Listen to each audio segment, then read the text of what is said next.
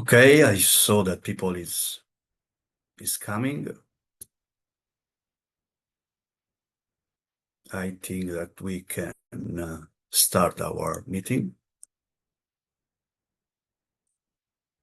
Okay, good morning everyone, and welcome. I'm Rudy Bressa, Communication Lead at CMCC for the NATURANCE project. And thank you very much for joining today for this webinar titled Innovative Financing for Heatwave Risk and Urban Quality of Life. This event is co-hosted by Making Cities Resilient 2030 and the NATURANCE project. I'm really glad to be here with all these notable speakers. Urban heat waves are one of the fastest growing climate challenges globally.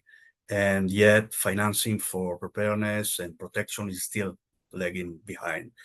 Today, I'm quite confident that this session will spark valuable insight, particularly when it comes to policy decision, financing strategies, and how cities can better protect their most vulnerable communities. So before we begin, I share with you a few quick notes. Please keep your microphone mute. And if you have some questions, you can submit them to the Q&A box. Then we collect all the questions. Please include maybe your name, organization, affiliation, and which speaker is the question for. And then the last session, we address as many as possible. So just a quick introduction of our meeting. Over the next 19 minutes, we'll hear from Dr. Paolo Garonna that will present the findings from the latest release report Flame of Change. Then we have some city representatives from Wrocław, Poland, that will share some practical strategies from cooling cities. And finally, we have some experts from the NATURANCE Innovation Lab at Global Parametrics that will introduce new model of risk transfer and equity focus financing from London to India. Just to start, before we start, I just ask you to all our speakers to please to stay on time, that we have maybe some time for the questions. And I will thank you again for being with us. We are really excited to have such a diverse international audience. So now it's my pleasure to hand over to Melissa Herlis, Scientific Project Manager at CMCC, to officially kick things off. And Melissa, the floor is yours. Thank you, Rudy, and good morning, everyone, or good afternoon, wherever you are. I'm happy to be here today to welcome you on behalf of the NATURANCE project. I'm guessing that each of you is here today because you feel that we're at a pivotal moment, and that's why you logged in to hear from our esteemed speakers today.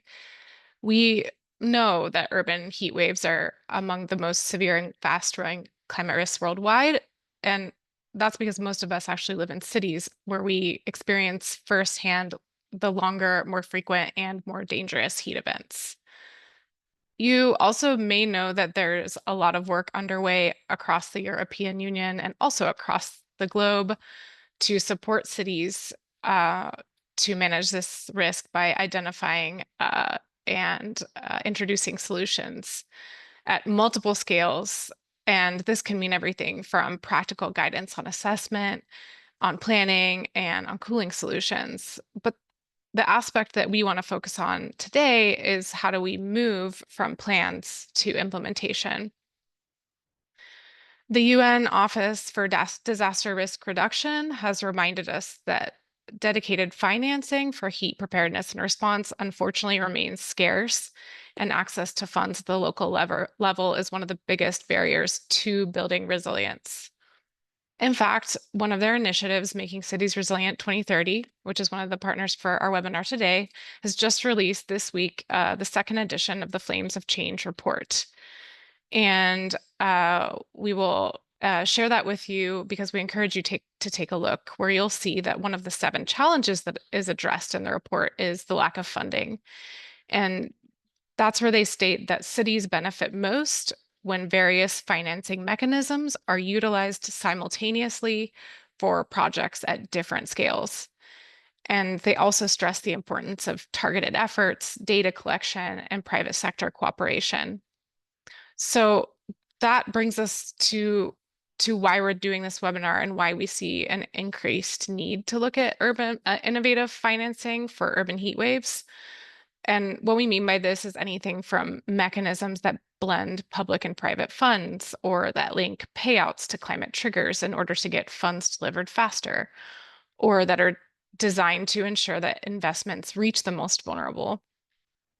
And these are all among the themes that the NATURANCE project has explored. This is a project that's funded by the Horizon Europe program. And in the project, we're looking at how to scale up nature-based insurance and investment solutions. So what does that mean? It means looking at financial mechanisms that recognize the value of ecosystems in managing risk and supporting resilience. And a core part of this work in NATURANCE has been our innovation labs, which are efforts that bring together cities, insurers, investors, and researchers to test how innovative finance can be applied in real contexts. And we have 9 labs, but one of them is focused on urban heat waves and exploring trigger-based financing and parametric insurance as tools that can protect communities, improve urban livability, and promote equity, which you'll hear about a little later today from one of our speakers. Along with the findings from this lab that I just mentioned, we are aiming to bring together all the themes of the NATURANCE project together with the work of Making Cities Resilient 2030, where they are addressing urban heat waves. And our plan today is to share some research and case studies that link innovations in policy and practice across global and local scales. So each presentation today, you'll hear that it will shed light on one main and central theme, which is how can we design financial mechanisms that not only protect cities from heat, but also enhance quality of life, reduce inequality, and support transformative adaptation.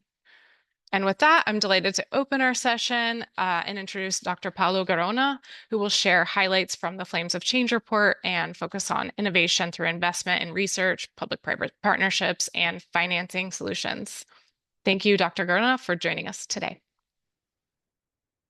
Thank you, Melissa. Thank you, Rudy. Thanks to the organizers for inviting me. I am an economics professor. Nobody's perfect. But I also chair a small insurance company, Assicurazioni di Roma, who is a company that provides services and insurance and protection to the city of Rome and many other cities in Italy. And I'm very excited in participating at this important seminar for several reasons. First of all, this seminar takes place on the occasion of the release of this report, as Melissa was saying, Flames of Change, a report by the UN Office for Disaster Risk Reduction that focuses on the role of municipalities in finding innovative solutions to the climate challenge. This is the second report and is part of the UN campaign to promote risk reduction, a strategy focused on a people-centered approach. We look at the people, and particularly the most vulnerable segments of the population, and a shift from disaster management to disaster risk management, focusing therefore on prevention, on education, a strategy that positively aims at the quality of life and the protection of citizens vis-a-vis climate change. You know, in Europe, we find the fastest warming continent in the world, but also a place, so very exposed to the challenges, to hazards, but also a place where a lot of innovations is taking place, particularly at the municipal level. And I wish really to pay a tribute to all the women and men who are engaged, struggling, fighting on this important front. Probably because municipalities are more exposed, and they are not in a comfort zone, and therefore they must act, and they are acting. Now, I will focus on concrete evidence and not on theory, and this is the second important reason why I'm happy to be here and discuss with you. I could provide evidence, concrete evidence based on my personal experience with the municipality of Rome. A few days ago, we presented the Rome Climate City contract, and an operational plan to reach the ambitious target of 86% reductions and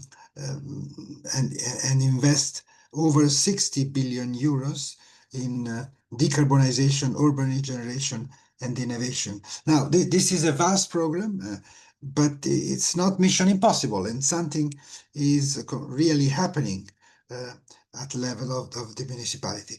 Now, combating extreme heat there involves green infrastructure, involves monitoring and early warning, engaging business, in Rome, tourists, pilgrims, and citizens, and focusing on vulnerable people. But involves also, and that's the focus of our seminar, innovating financing, like the role of the insurance sector developing parametric insurance product. But on this, we will talk more in detail later. The third reason is the focus on financing bottlenecks, but also financial innovation in the insurance sector. Now, I want to focus here and convey two basic and very simple messages. I repeat, the time for going into the technical details and the science-based illustrations will be later in the course of this seminar. First of all, the focus on innovation. Dear friends, we are really in the middle of a technological and industrial revolution. Revolution is the word.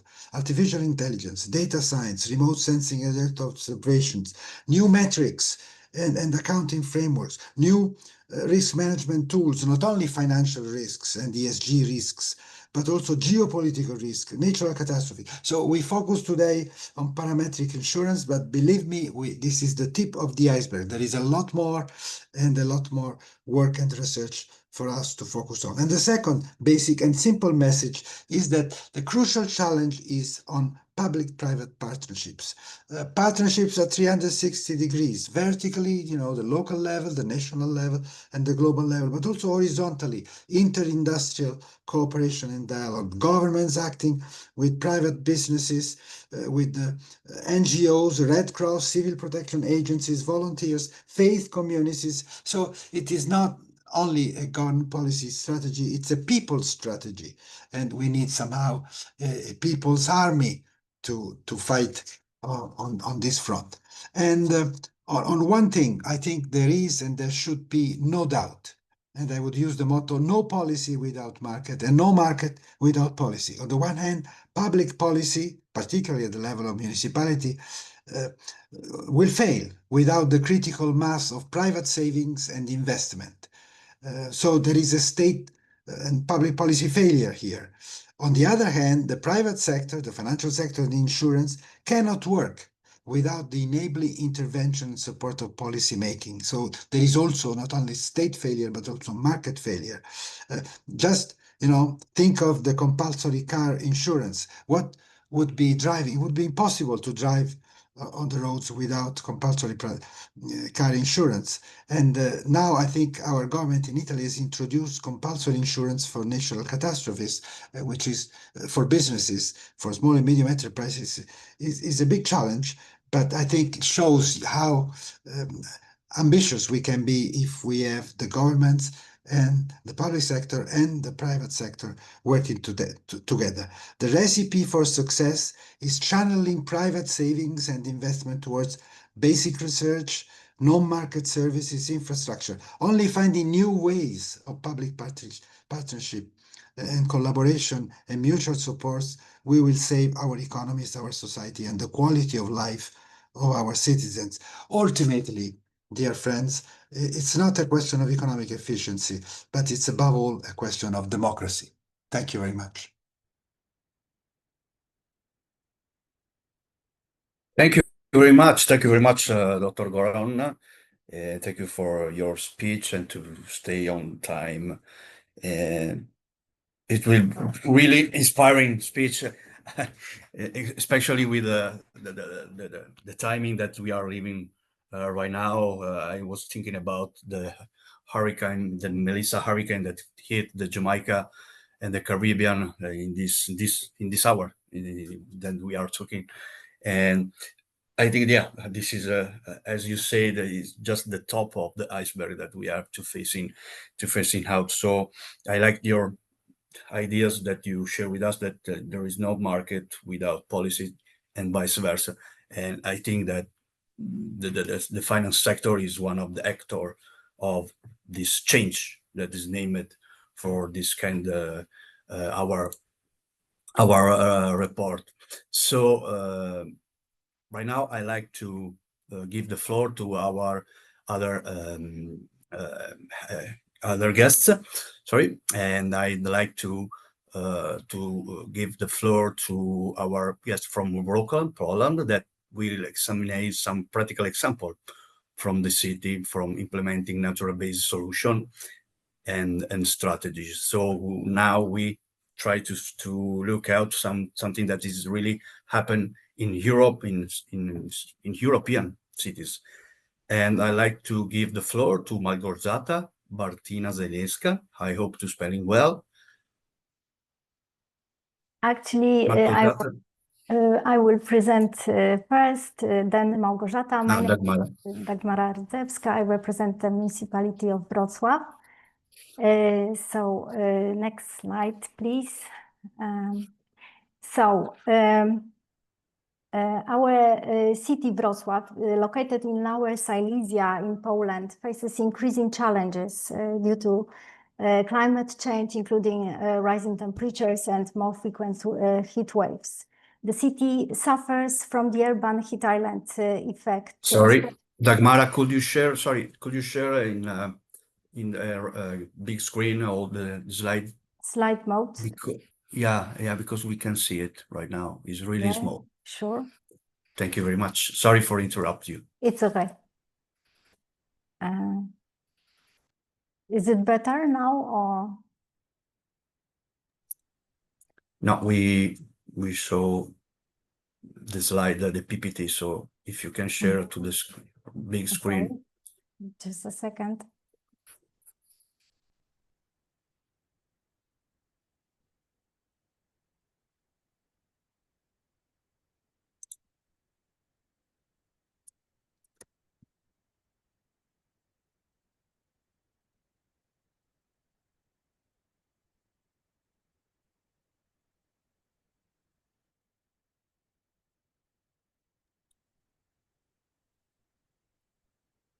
Maybe Davide, we can help us.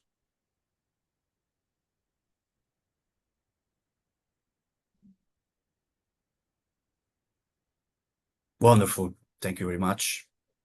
Now you can go on. Dagmara, thank you very much. Yeah, but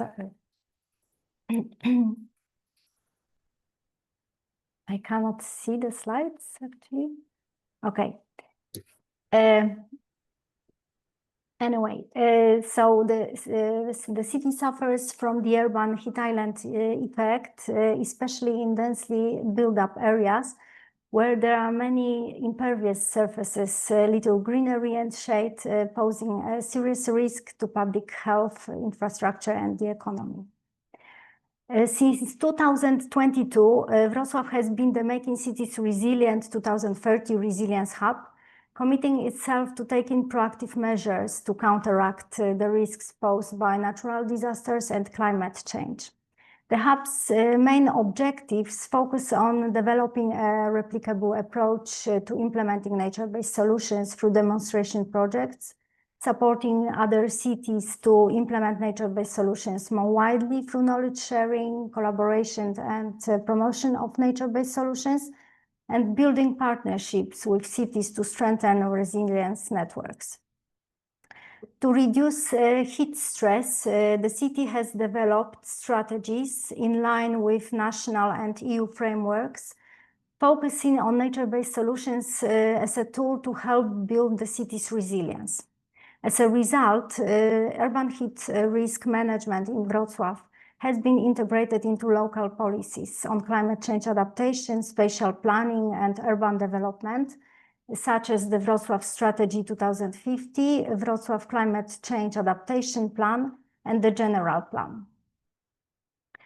The Wrocław Strategy 2050, one of the first of the documents that I mentioned, has been adopted last week. So this is very fresh document. And this is a strategic document defining the goals, direction, and priorities for the city's development. It is a key document containing an analysis of the municipality's needs and potential, and is consistent with high-level urban development strategies. The document sets out a number of actions, each of which aims to promote greenery, blue spaces, and adaptation to climate change. According to strategy, efforts should be made to build a sustainable city where the urban heat island effect is reduced through the appropriate design of blue-green infrastructure, reduction of impermeable surfaces, and sustainable rainwater management. Another document is the Climate Change Adaptation Plan, which has been adopted as the strategic document in 2019. It identifies the most significant threats related to climate change in Wrocław, such as high air temperatures, heavy rainfall, and strong and very strong winds. And specific objectives aiming at counteracting the effects of climate change include increasing the city's resilience to phenomena related to air temperature, caused by the occurrence of higher maximum temperatures, days with cooling demands, heat waves, and the urban heat island effect. Climate Change Adaptation Plan addresses heat-related management through adaptation measures that are set out in 21 adaptation fishes. The fishes include the necessary recommendations and actions aimed at adapting various urban spaces to climate change, but also at raising awareness among citizens and preparing urban structures for climate challenges. And here is an example of adaptation fish that relates to urban heat island management and monitoring system. And it includes climate risks covered, description of the measure, keywords, location of the action, which is our city, implementation period, implementing entity, which is municipality of Wrocław, and impact on the city's components, such as public health and residential areas. And the last of the document which I'm going to present is the general plan. This is under development, but it will be adopted very soon. And it will be a local legal act defining the spatial development of the city and setting the direction of its development. It will define planning zones for each plot within the city, and future local plans and decisions on development conditions will have to comply with the general plan. The elements included in the previously mentioned Climate Change Adaptation Plan will be reflected in the provisions of the general plan, including measures related to the urban heat island.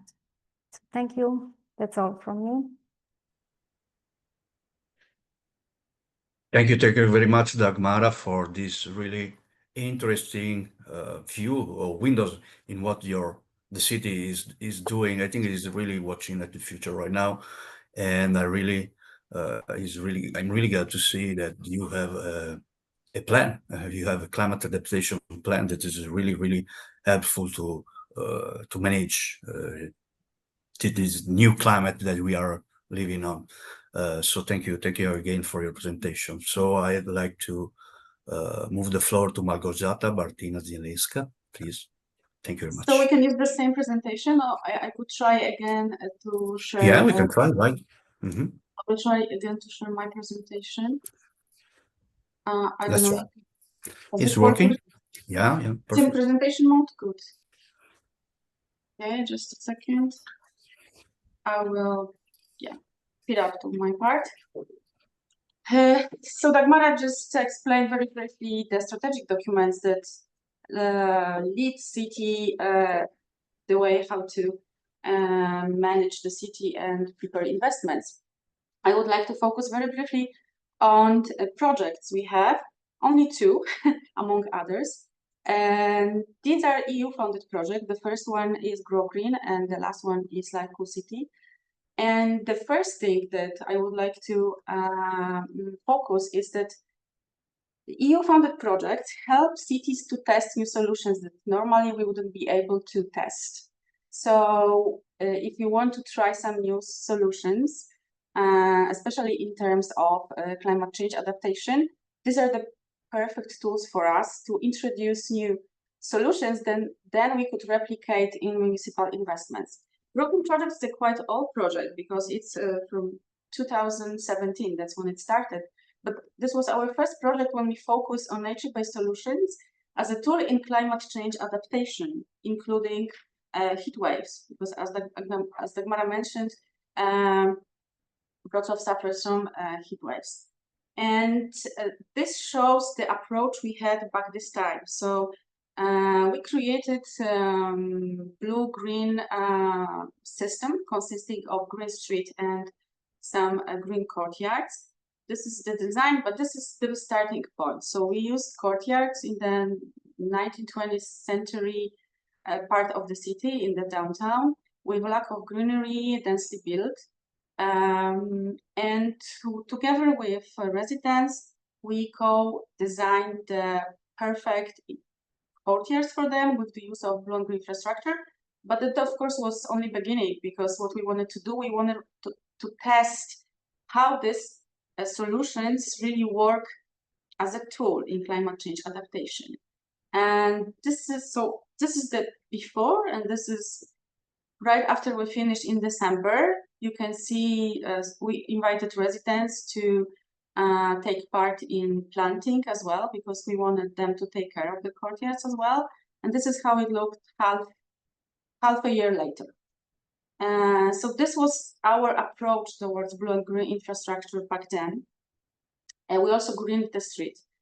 The street was the toughest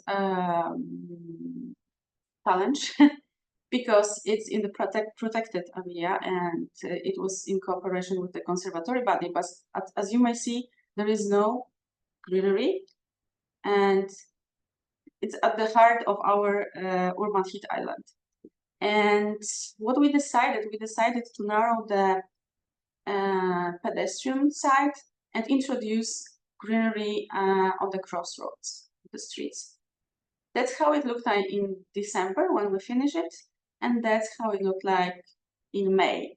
So what we have learned is that this type of solutions, introducing trees, even in the streets that have infrastructure underneath, and the greenery on the crossroads, helps to reduce the heat island. And this is our newest approach towards introducing blue and green infrastructure, or I should say nature-based solutions. And this is the Life project, Life Cool City. And here we use the data we have from satellites and aerial photos in order to plan the city in a more complex way. Not only planned, but generally managed. So we have this inventarization part, valorization part, when we create special indicators, then there's a planning, implementation of NBS, management, monitoring. And the project addresses 5 challenges, and one of them, there are thermal conditions as well. I'm not gonna discuss this whole product because I don't have time for it, but I just want to show you one of the map we have. This is the map of thermal conditions, and so this is the result map.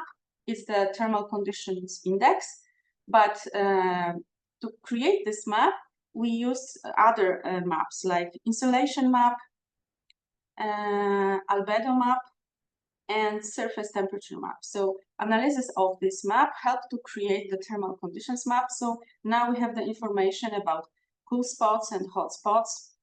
The hottest one are the orange one, the coolest one are the blue ones, obviously. But this is the information now we have, and we use to plan the city, to plan investments in the city. And just to sum up, I just wanted to say that that's how we use the projects and money from the projects to learn about the city, to gather data about the city, and investments we test, they become a part of municipal standards. So, for example, the solutions we tested in GrowGreen now are the part of municipal investments in a way that we don't compare which solution is cheaper or more expensive. For us, the municipal investments should include solutions that have nature-based solutions, because they have the best effects on climate change. So that's our approach towards including LBS and financing. Like, sometimes we just make a standard and we don't negotiate. NBS should be a part of the design of the project. Okay, thank you. Thank you very much, Malgorzata, for this presentation. It was another inspiring presentation, because we see how cities are trying to move on and project something in this new climate. I was wondering that our European cities were built up in other climate. So we saw all these streets without any green or any garden, and I really appreciate that your city is trying to change the face of the city and try to cool it, because for sure Poland too have heat waves issues. So I hope, and I really like, because I think that there is really a thought about this presentation, because you are trying to measure out all the part of the city where it's cooler, where it's hotter. And I think that's, this is a good practice, a best practice that other cities could share or could use it. But thank you very much again. And right now I like to move from Central Europe to UK to explore another approach, what that looks at financing mechanism from urban heat resilience. Then this presentation will be from the Willis Research Network NATURANCE Innovation Lab, and we'll share this kind of insights. So I like to welcome Neil Gunn, Head of Flood and Water Management Research at Willis Research Network. Neil, the floor is yours. Thanks very much, Rudy. Just checking you can hear me. Sure, yeah, wonderful. Okay. Loud and clear. Good morning, everybody. I hope you're well. So I'll just wait for that to go full screen, but I'll introduce myself while I do, and I'll introduce the presentation. I'm a civil engineer by training. I specialize in issues related to water, and I work in the Willis Research Network.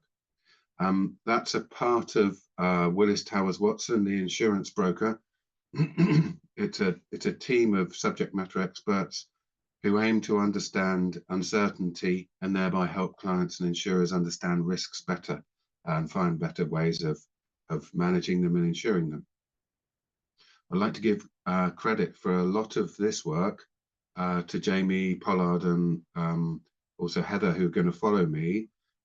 They started this program, and indeed they did most of this program of work before they changed employer several months ago.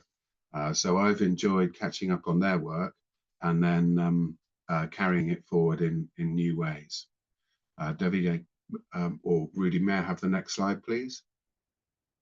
Thank you very much. So this work really started with looking at the London Climate Resilience Review. Now, this was a review that was chaired by an old boss of mine when I worked for the Environment Agency called Emma Howard Boyd. And in large part, it sprung from a very significant heat wave where temperatures in the UK reached 40 degrees centigrade. And it found that government wasn't adequately prepared for the severe and cascading impacts of this kind of weather. There was evidence of systemic risk of critical infrastructure, identification of a number of vulnerable communities, and that realization that we've already heard that the built environment and infrastructure is built in many cases a couple of hundred years ago with London as a forerunner of a modern city, but certainly not for the present day climate, let alone the future one, which we'll look at. But some of those hazards amplify one another. So if we look in that blue-green infrastructure box, we can see that there's an issue there with water scarcity leading to cascading risks. So if you have a very dry city and then you're running low on water, and then you start to see fires, as we did in that heat wave in 2022, there may be a scarcity of water, and so it makes it hard to put the fires out. It also means that the green infrastructure that you have at lots of parks in London can no longer cool the city so effectively because the trees aren't transpiring. And it leads in lots of problems with the built infrastructure, with things like creep in wires for transmission cables for public transport, and substantial economic impacts and losses of productivity. So if we could drop onto the next slide, please. So I'd encourage you to take a look at this, and looking at this European context. Everybody will be familiar with the Paris, in particular Paris, but European heat wave of 2003, where there were many, many excess deaths. And this has continued over the last few years. Indeed, I think the thing to do next is to look at what our climate projections are saying, that by 2050, along RCP 4.5, so relatively responsible behavior that we're not doing now, we're looking at increases of 4 centigrade in Southern Europe and 2 to 3 centigrade in Northern Europe. And maybe by 2018, Mediterranean cities having 45 centigrade and 40 degrees centigrade heat waves, so extended heat, becoming rather more commonplace. Now, this is, you look at these mortality figures here, is that the Joint Research Centre of the EU is saying that there may be as many as 90,000 deaths EU-wide by 2050. Again, this is under RCP 4.5, so this will be annual deaths. This is not exceptional at this time, and that by 2080, that we could be looking at 150 to 200,000 excess deaths annually. So that's quite catastrophic, and it bears thinking about. So we've seen how green infrastructure can help cool cities, but as is the case, money, if you throw it at problems, it can help you solve them. So if we could move on to the next slide, please. So as part of the NATURANCE project, French, NATURANCE, criticized my accent after the event. The first step is to design use cases. So we're focusing on the left hand, the blue box of the double diamond planning technique, where we're discovering solutions to problems and exploring and defining them before we develop and test those solutions in the second phase. So I'll be focusing on that, and then considering what might happen in future. So within the London Climate Resilience Review, there was a description that there are many vulnerable population groups, and that you find them in many circumstances, as well as the infrastructure and the business aspect of things. Let's just think about where our vulnerable populations are. And the most vulnerable people are our elderly and are very young, because they're not very good at regulating their own temperature, and they may be found in a large number of settings. So within London, there's quite a lot of high-rise housing, lots more being built, and a fair bit of low-rise that's being built more in the Victorian era, and that high-rise building started after 1945 and pressed on. But you'll also find people in things like hospitals, care homes, and prisons, and a homeless populace. Let's just look at a high-rise building and look at some of the features of that, in that the aspect of the building causes it to absorb heat, so that picking a good building aspect when you're designing and planning really can help you mitigate those problems as you look forward. And having dual aspect buildings, so that one side, you're not just having one side facing into the sun. These are actually planning requirements that have been relaxed recently in order to build more housing. So as we've talked about with a policy that Paolo mentioned in Rome, once you have a policy, you have to stick to it and see it through, because it's going to be part of your whole citywide solution. Now, because of the disparity that you find in temperatures in different parts of the city and different types of built infrastructure, we wanted to develop use cases for a specific need, and we felt that a good one to focus on would be the homeless populace. So if we could drop onto the next slide, please. So within London, I guess that you could think of two climate extremes where homeless people who are most exposed to the weather might suffer either intense cold or intense and prolonged heat. And for intense cold, the City of London has something called a Severe Weather Emergency Protocol, or SWEP, for cold weather, and they have an aim of making sure that no homeless person has no second night out. But there is also a hot SWEP, where caseworkers will move around seeking out homeless people and dispense them with advice on protecting themselves, shading themselves, and staying hydrated. But homeless people, as we said, aren't found in those buildings. They tend to be found in different places within the city, depending upon the time of day, but often taking shelter under things like bridges. So to meet those needs, the funding is allocated in various tiers of government and dispensed by boroughs, but the funding often comes from larger divisions within the GLA. Okay, so next slide, please. So now now I've told you what the problem is, I'm going to move into the idea of trigger-based financing, or parametric insurance. So there are a few things to consider here. This isn't like an indemnity insurance or property insurance where something burns down and then a loss adjuster shows up and says, hey, your house has burned down. I can see that's the case. I'm going to settle your claim to whatever your requirement is. And there may be a limit and there may be a deductible that they expect the policyholder to wear themselves. Yeah, but that deductible is typically quite small. So it's not that kind of thing. So what we look at is we have a predefined trigger. It could be any weather or natural peril, for example, earthquake, that would activate the payout. And there'd be an agreed data source from a trusted source, whether that be coming from Earth observation or local temperature gauges, but it would be coming from somewhere like NOAA, as in the Oceanic and Atmospheric Administration of the US, that people could agree upon. It may be specific instrumentation is installed.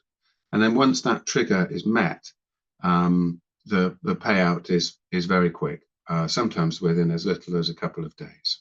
So we've already mentioned Hurricane Melissa. If you've been following the news about that you'll have realized that they've been talking about the payment of the catastrophe insurance that exists in the Caribbean as a whole. So that the government is therefore confident that that money is going to come, because they know what parameters have been exceeded in terms of wind speed in this case. And this gives them a rapid source of funding, that very unlikely to be a dispute or a delay. And that early work on recovery, sometimes even with anticipatory finance, means that people have the confidence to get out there and start doing what they need to do very, very quickly. Okay, so next slide, please. The point being, the longer you leave something, the deeper people get themselves into problem holes of having a lack of power, a lack of water. So you're intervening before things like disease take hold. That early action is really, really key in recovery. So I'm going to now talk about an example of a trigger-based finance scheme that's been working for quite some time. In this case, this is for the Mesoamerican Reef, which is a reef that runs along the Caribbean coast of Central America, from the Yucatan to Colombia. And in the slide there, you can see on the left-hand side an image of a pre-hurricane reef, and on the right-hand side, post-hurricane reef. Now, the reef's really, really important to a number of users within the area, obviously fisher folk, but also the tourist industry, and for dive boat charters and things like that. So what they've done is they've looked at elements within the reef system, and you can see those concentric circles, which are saying that if a hurricane passes through one of those circles of a certain strength, there'll be a structured payout scheme there. And what the payment allows people to do is to restore the reef by standing corals up, by reinforcing, putting rebars in, and getting the reef going again. And it really shortens the time that it takes for the reef to recover. Now, incidentally, it also provides, therefore, a source of income to the people who suffer most from the damage to the reef system, because they're going out and doing the repair work. Okay. All right. So next slide, please. And we'll go back towards the NATURANCE project now, where Jamie and Heather defined what a parametric insurance structure might look like. So this one is tied to temperature, and it's looking at the specific parameter of the wet bulb temperature over the period of 3 consecutive days. And we can see that there are several tiers there, and these are tied back to good sources of data, so a long data set, so that you can see and you can construct an argument for what the probability of exceeding certain temperatures is, and then you can understand what the cost of exceeding those temperatures are, and then tailor a policy to meet the needs of those costs. Now, obviously, the more the policy pays out, the more that you'll be paying on insurance, and you need to be careful when you structure the policy that you're not paying for too much cover, or that let's say that if a particular parameter, you get to let's say 49 millimeters of rain instead of 50 millimeters of rain, which is the parametric threshold, you may end up being quite disappointed that you're not getting what you require from the policy. So this is a little glimpse under the hood of how a parametric policy might be structured. And we'll move on to what the outcome of the living lab was. Could I go into the next slide, please? Okay. So when compared with the relatively light needs of the hot weather SWEP, just being sun cream, advice, guidance, water, it was felt that structuring a policy of this nature might be quite expensive in relation to the costs that there were. And it was also found that the costs were being borne, but it was just a delay in the cash flow from upper levels of the municipality through to local government, and then down to the charities who were doing this advisory work with homeless people. So there wasn't necessarily a requirement for additional money. The second thing that was found was that it was difficult to find a suitable data set that covered the whole city. Now, if you see, you've got a bigger graphic of the city of the wider metropolitan area of London, and then you can see around it where the Met Office weather stations are, and that coverage is quite thin. Now, what you need to be thinking about is that within the city, whereas you might have this Earth observation data at a 2-kilometer resolution, what are you measuring? Are you measuring the surface temperature, or are you measuring the temperature at head height, where it really, really matters to homeless people? And are you picking out the differences in these hot islands and cool islands, that if you look at the right hand of the 3 images on the left of the slide, where you can see that there's a great big disparity, even in a small neighborhood, with temperatures there. So what sort of data would you need? In other words, quite granular data at quite a low level, and that type of data might be disproportionately expensive for this use case. So this is not suited to having a parametric insurance problem just for the homeless within the metropolitan area of London. But the future options that you might wish to consider would be just having a municipal parametric structure where, based on forecast information or on actual data, people within those tiers of government start off the flow of money in a timely manner so that there isn't a delay in disbursement. So that's the first option that could be considered, is just putting a parametric structure into government.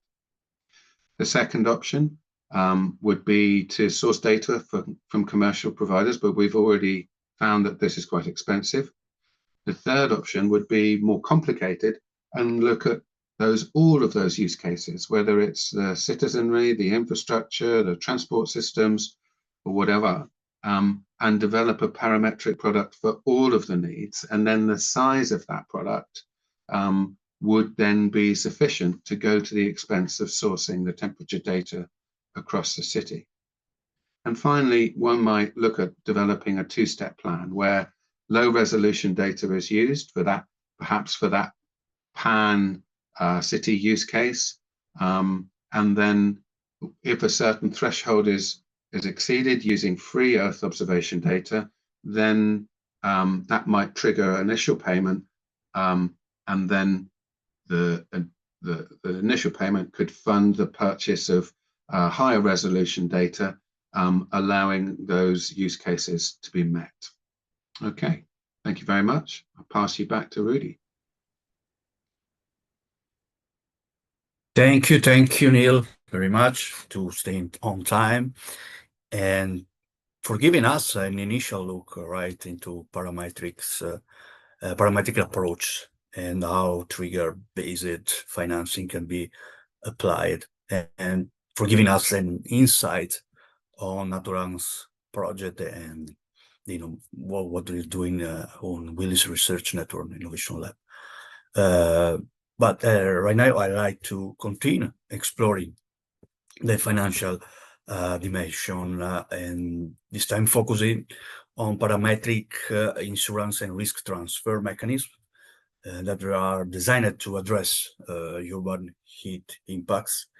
And we can do it together with Heather Martin and Jamie Pollard. Then they are joining us from Global Parametrics. And I like to give the floors to you, Jimmy or Heather, your choice. Thank you very much. Thank you. I'm going to speak first. Davide, would you mind sharing the slides?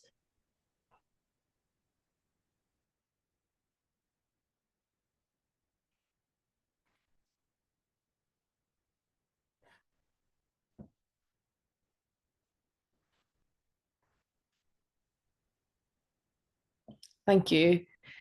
So thank you, Neil, for a very interesting presentation, and good morning, everyone. My name is Heather Martin, and I'm co-hosting with Jamie Pollard, and we're delighted to be here. We are both part of the Climate Resilience Solutions team in Celsius Pro Group. And one of the key areas that we specialize in is the development of parametric insurance products to protect vulnerable communities against climate impacts. So today we're going to talk to you about an extreme heat parametric insurance product that Celsius Pro Group created in partnership with an organization called Mahila Housing Trust. And the aim of this parametric insurance product was to protect female micro entrepreneurs against urban heat in India. And just for context, Mahila Housing Trust are a development agency which aim to strengthen the resilience of women in the urban informal sector across India. Next slide, please.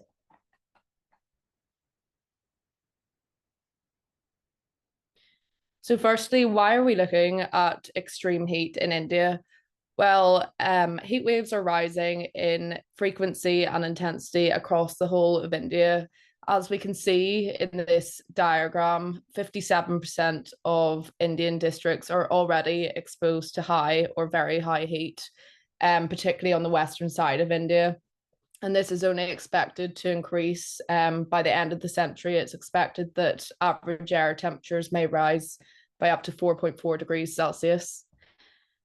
And heat is often referred to as a silent killer. It has impacts both on people and the economy. So specifically in India, 2024 was a peak year for heat waves, and 44,000 heat stroke cases happened in that year. And it's estimated by 2030 that there could be 4.5% of the GDP lost due to heat stress and lost labour hours caused by this extreme heat.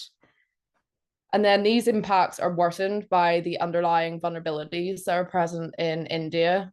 So specifically, India has 11% of the global urban population, and this gives rise to phenomena like the urban heat island effect, which means that cities can be up to 10 degrees hotter than the surrounding areas, making them very uncomfortable places to live in.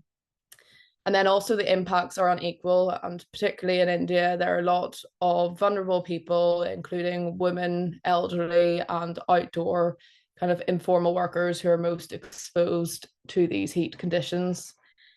So this combination of factors is why we need to act. And a key way to act and enhance resilience in India is through disaster risk management interventions. Next slide, please.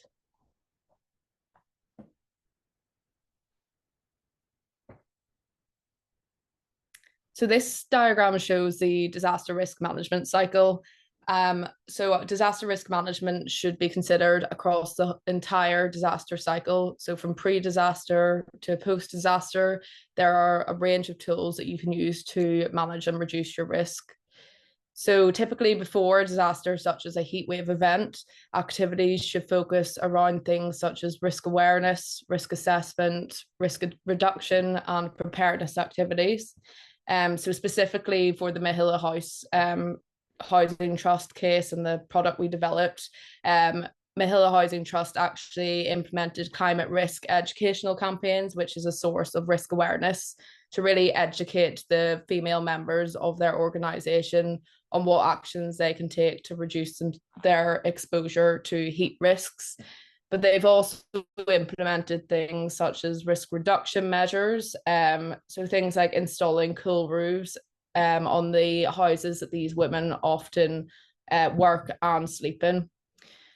So it's good practice to implement all of these measures pre-disaster, but there's always going to be some residual risk. The risk that a severe heat wave occurs cannot be purely avoided through all of these measures pre-disaster. So this is where parametric insurance comes in. So parametric insurance products can play a role either pre-disaster, so they can finance preparedness measures, or they can come in after disaster and fund emergency response measures. And in the case of the Mahila Housing Trust product that we're going to talk about, this product was designed to pay out to fund emergency response activities, to provide rapid financing to women so that they can manage the impact of heat waves on themselves and their families. Next slide, please. So this slide shows an overview of how the parametric insurance product works for the Mahila Housing Trust. So firstly, who is covered? So almost 27,000 members of credit cooperatives across 3 major Indian cities are covered. These are all female employees.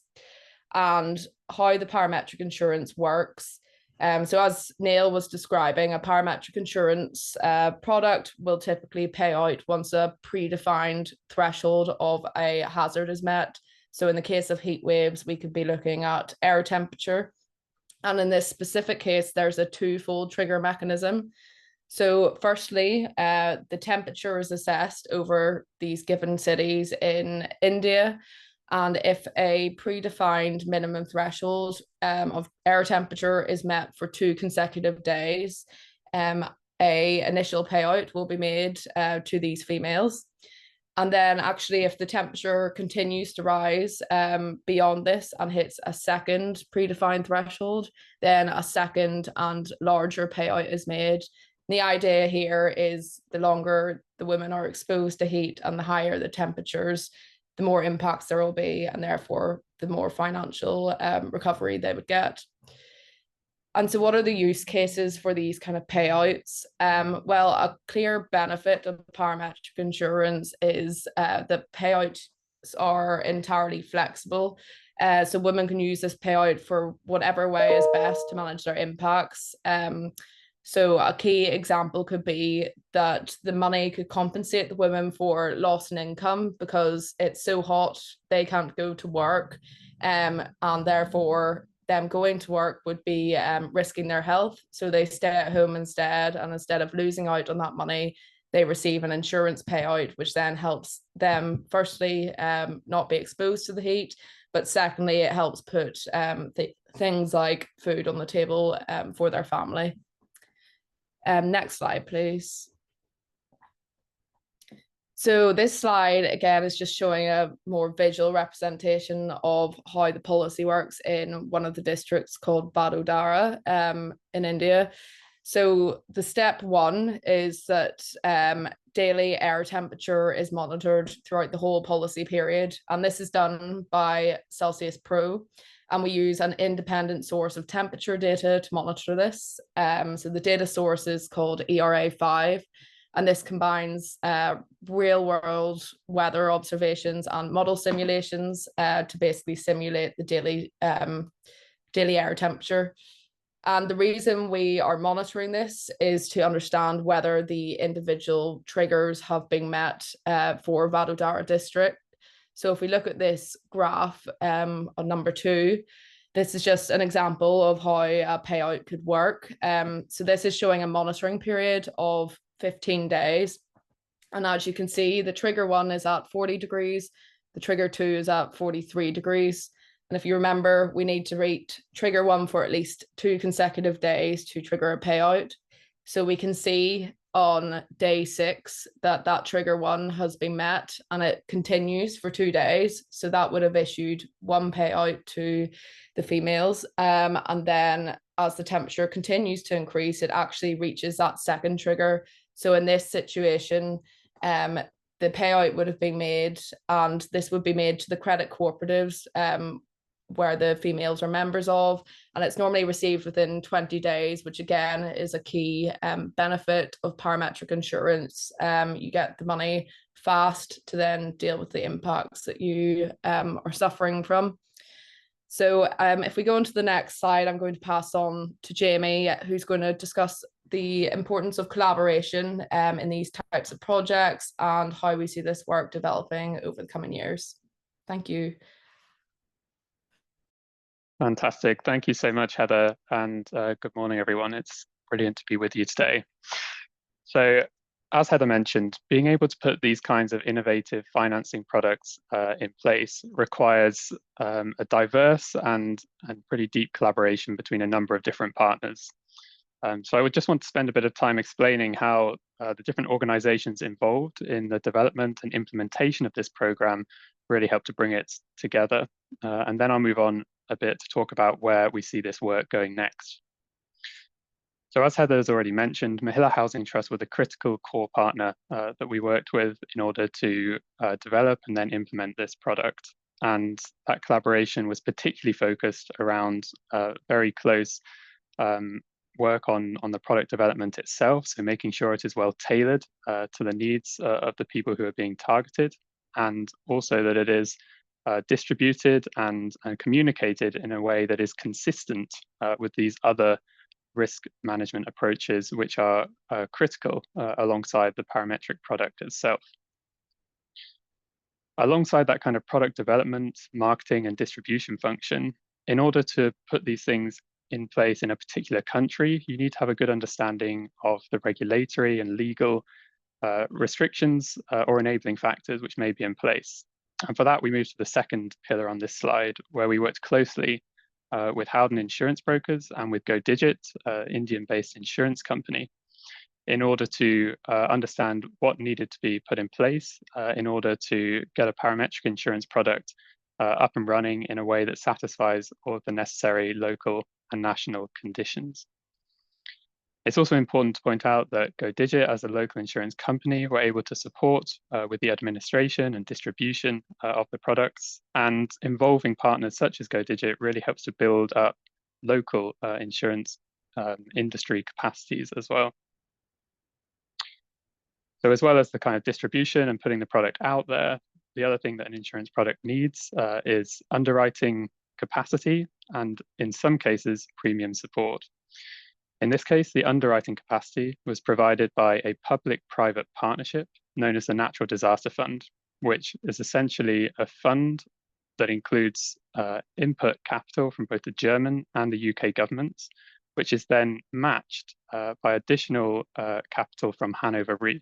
So a really nice example of where we have public money which leverages private sector funding alongside. And so the Natural Disaster Fund provided the capacity which underwrote and allowed the product to be put in place. Finally, for this pillar, given the target beneficiaries tend to be, and actually were specifically targeted to be low-income, climate vulnerable women who are working and living in informal settlements, premium support was a really important part of putting this pilot in place, because I'm sure you'll agree, and Melissa mentioned it at the start, the costs of these kinds of impacts shouldn't be borne by the people who inevitably have contributed less to climate trends and broader associated extreme impacts. So Humanity Insured are a key partner here to provide premium support, and in the end, that contribution amounted to around 75% of the premium that had to be paid in order to put the product in place. So it's not the entire funding amount, and that's also important because it ensures that it's not sort of a free handout, but it was necessary to build trust and understanding in the product. Then the final pillar, and you can see there's a lot of overlap between the various functions here. We have the credit cooperatives, who again are key because they're the ones who are really embedded in these settlements where the product is being targeted and distributed, and the women themselves. And obviously there is a continuous back and forth between the women, the credit cooperatives, Mahila Housing Trust, and the rest of the partners as well, to ensure that the product is both suitable, affordable, and ultimately sustainable. On to the next slide, please.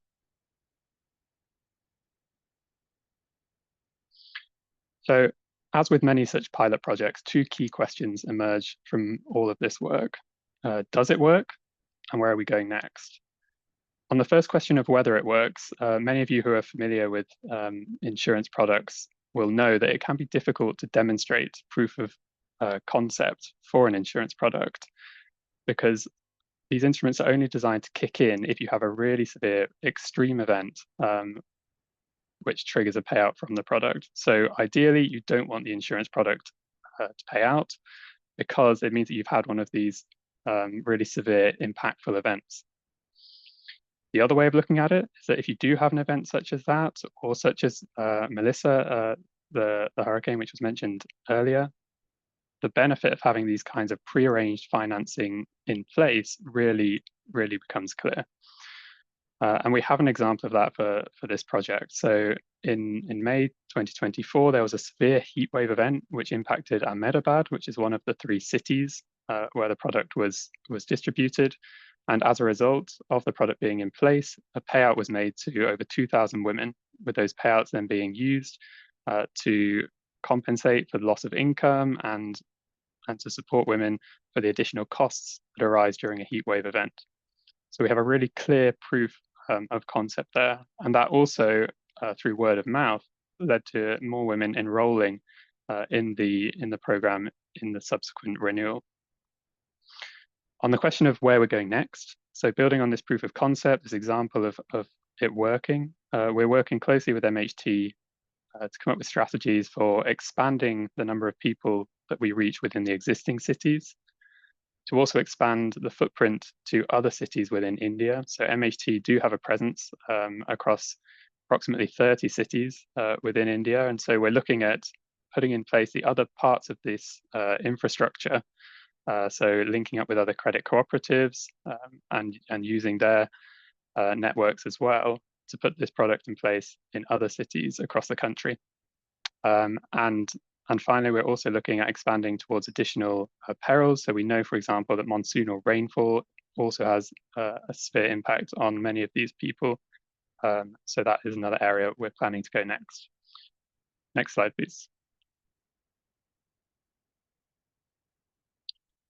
So to finish, I'd like to pick up on one of the core themes that both Melissa and Paolo mentioned at the start of this webinar, and that is around public-private collaboration.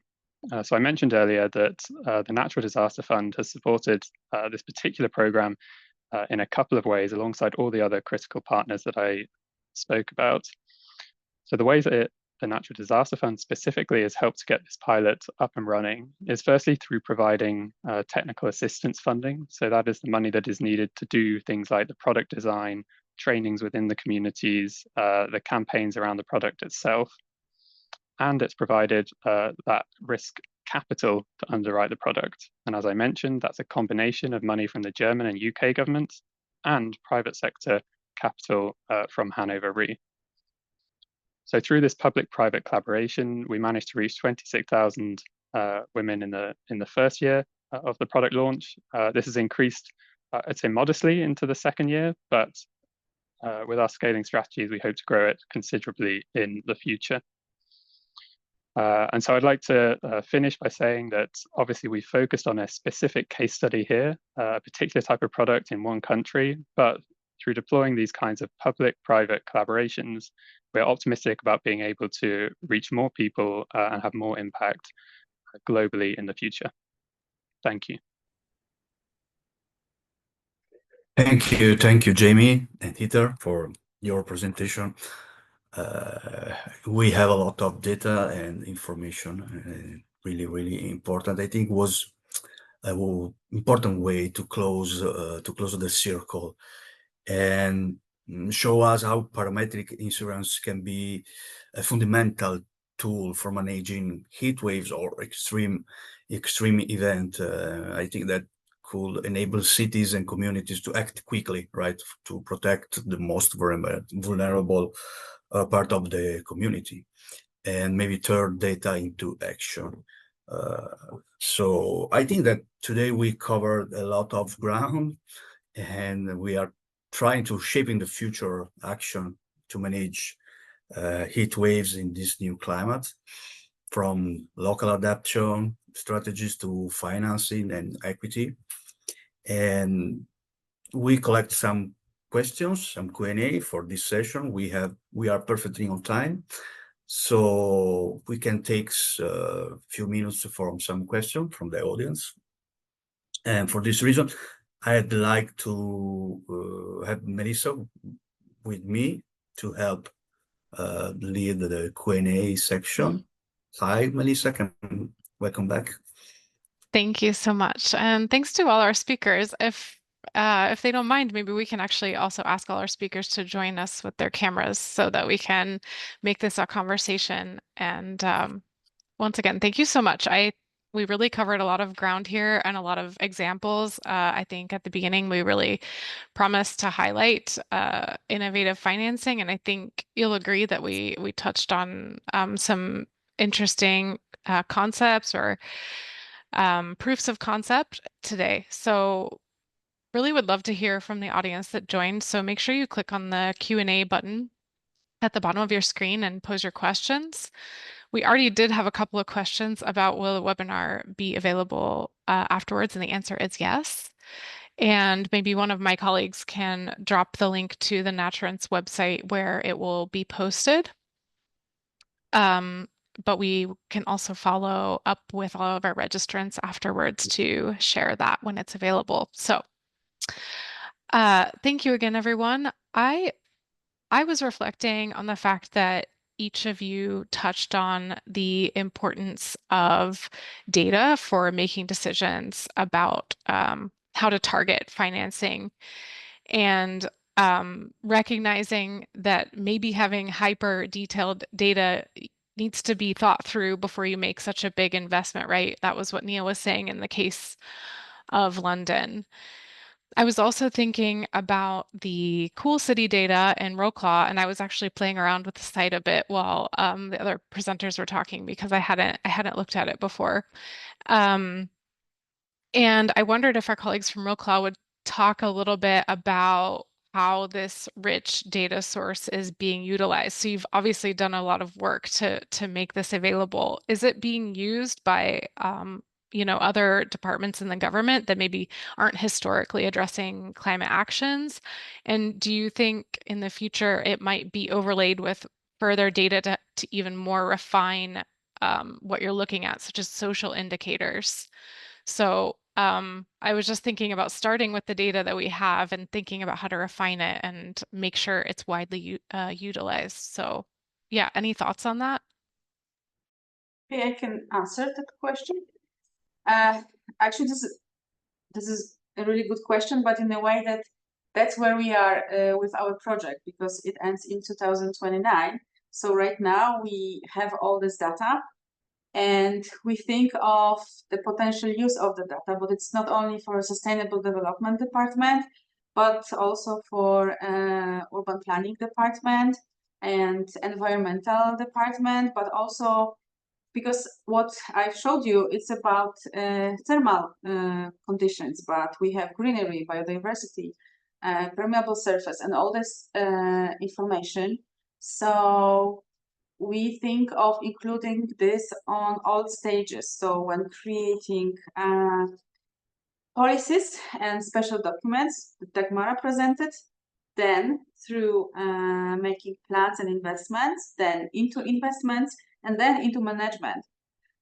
We cooperate with urban greenery management company. So they also are interested in using this data in terms of maintenance and monitoring. So yeah, we are just discovering how we can use this data. And there is a board of other cities we cooperate with. Right now with Polish cities, but I think we're gonna broaden this board. And we discuss between us what potential they see with this data and how it could be used in the future. So that's actually our biggest challenge right now. Thank you. Okay, well, that's exciting. Best of luck as things evolved, and maybe we'll have to have a part 2 webinar in a couple of years to see how everything pans out. So thanks a lot.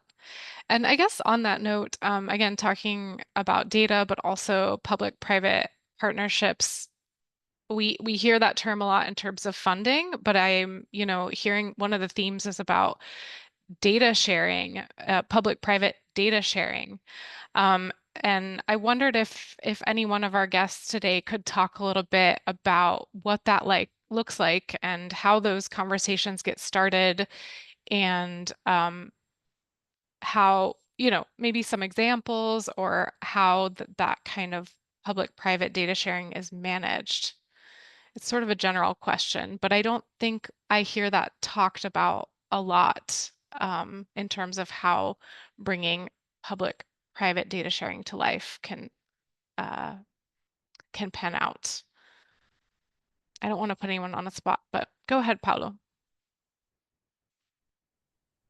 No, I think you put your finger on the major bottleneck, which is data availability, particularly of the kind of granularity that can become usable for reaching out, particularly to the individuals, the small communities that we need to target. But I mean, the good news is that we live in a world where we are overwhelmed with data.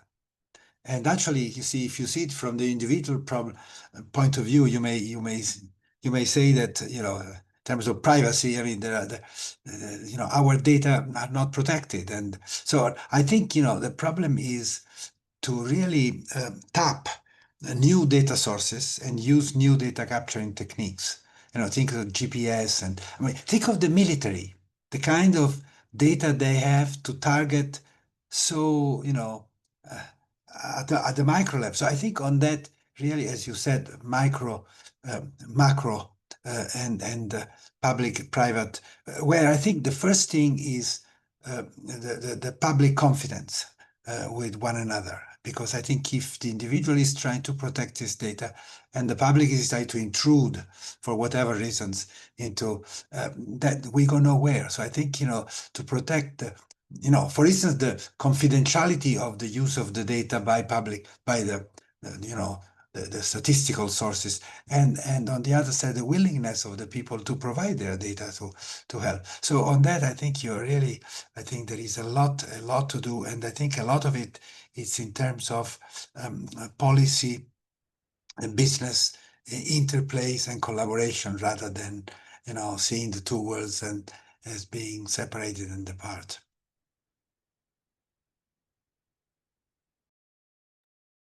Thank you, Paolo. I believe Neil wanted to add on to that. Yeah, I think so. I'll go back to my home base, which is flood risk. I think if you look at the London Climate Resilience Programme, I mean, it's a story of resilience for the present day as well as the future. A key part of any flood model and understanding risk in any city is where's the ground, and where's the drainage network. There's a really useful type of data. It's called LiDAR. It's like a radar, but it uses a laser to pick out ground heights at a very dense grid. Let's say every meter squared you have a height. Now I'm in the process of creating flood maps for let's say about 500 cities in the US and a similar number in the EU and the UK, and we're drawing a line across Europe as to where we're mapping, because if you look at the countries that speak Romantic languages, so Italy, France, Spain, the LiDAR is for free. This is the case in the UK and North America as well. But in, let's say, Denmark or Germany, the LiDAR is exceptionally good quality. Every 40 centimeters, you get a height in Denmark, but it's not available publicly. So they're going to miss out. I think making data publicly available really feeds creativity and enhances the ability of people to innovate in terms of behaviors and products, and it takes down just administrative barriers, never mind the financial ones. So I would encourage anyone who's listening, and a number of you are going to have lives in policy. Let that data free. It'll pay for itself. They're not the crown jewels. So let people use them. That's my point that I'd like to make. That's a great call to action, Neil. Thanks so much.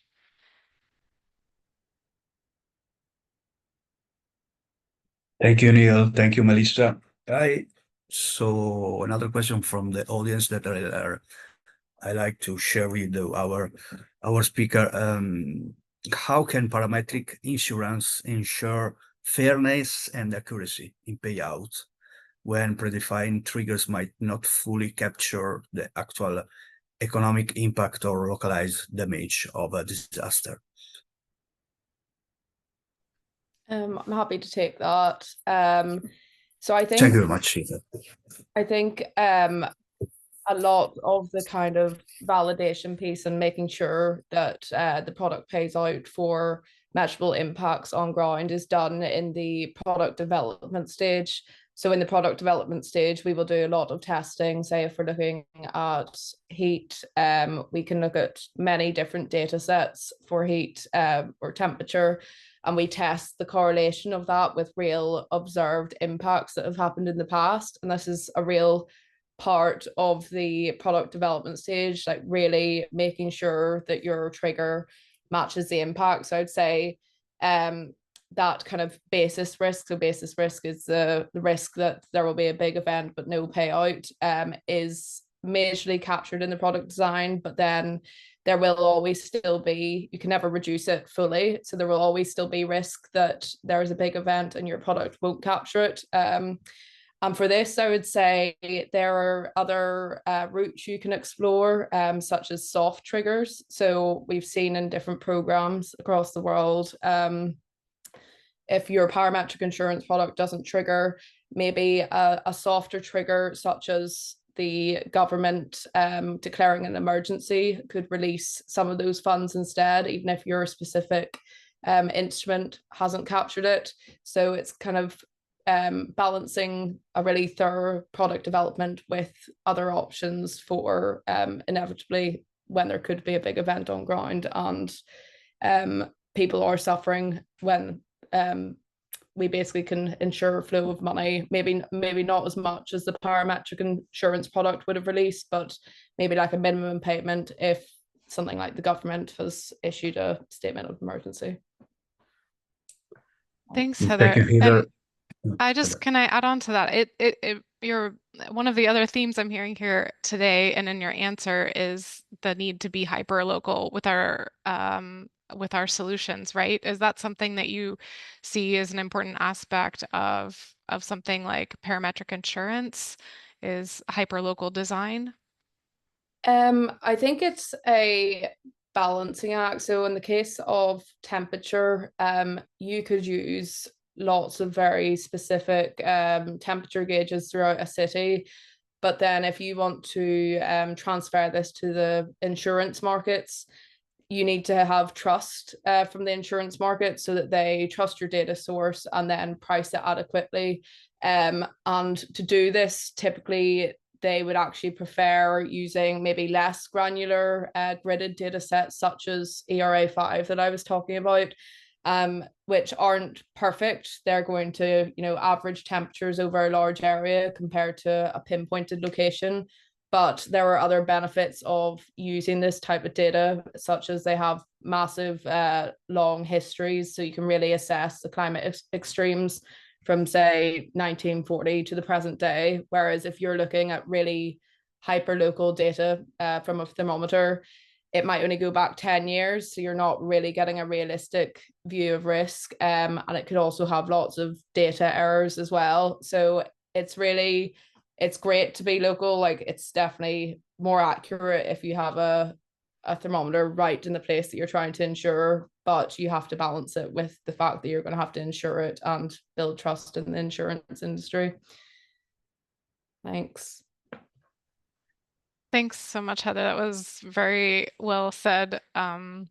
There's a big balancing act that is involved, and a need for different approaches, right? Because I think we can see that something like parametric insurance can cover certain kinds of events, but there are many other needs the community may have, and that's why, that wasn't the only topic of our presentation today. It's about innovative approaches overall. And with that, I want to kind of transition to our closure, because I want to encourage everyone to keep the conversation going and to look towards some of the resources we mentioned today, because actually in the Flames of Change report, if one of my colleagues wouldn't mind dropping the link in the chat, you'll see that there are so many other examples, real examples from communities that are testing different approaches to heat risk. So please check that out to continue to get inspired. And Also, I wanted to give a shout out for the NATURANCE project. We will continue this conversation actually live in person in February of 2026 in Brussels, where we are having our final project event, bringing together policymakers, researchers, financial institutions, practitioners, and we're going to be talking about insurance and investment opportunities for nature-based solutions, not just on heat, but on climate resilience overall. And it's going to be a 3-day program. So the registration here is on the screen, and we would love to see some of you all here. And the registration link is in the chat. And here I will also drop the link to the Flames of Change report. Once again, it is hot off the press, no pun intended. And we hope that you all found this conversation interesting and engaging today. And we hope to see you all again at one of our future events. And we will follow up shortly with a recording of the webinar and some of the information shared.